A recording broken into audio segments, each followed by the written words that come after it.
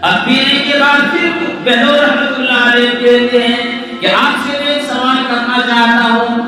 فرمایا کیجئے، کیا سوال کرتے ہو؟ فرمایا آپ نے جو ابھی پانی پیا ہے، آپ نے جو ابھی پانی پیا ہے، آپ کے جسم کے اندر یہ پانی چلا گیا. اگر یہ پانی آپ کے جسم کے اندر رہ جائے، آپ کے پیٹ کے اندر رہ جائے، آپ کے مثانے کے اندر پانی بھرا ہوا ہو اور پیشاب بند ہو جائے اور پیشاب نہ نکلنے کا کوئی راستہ نہ ہو، تو آپ کیا کریں گے؟ اب کیا کریں گے؟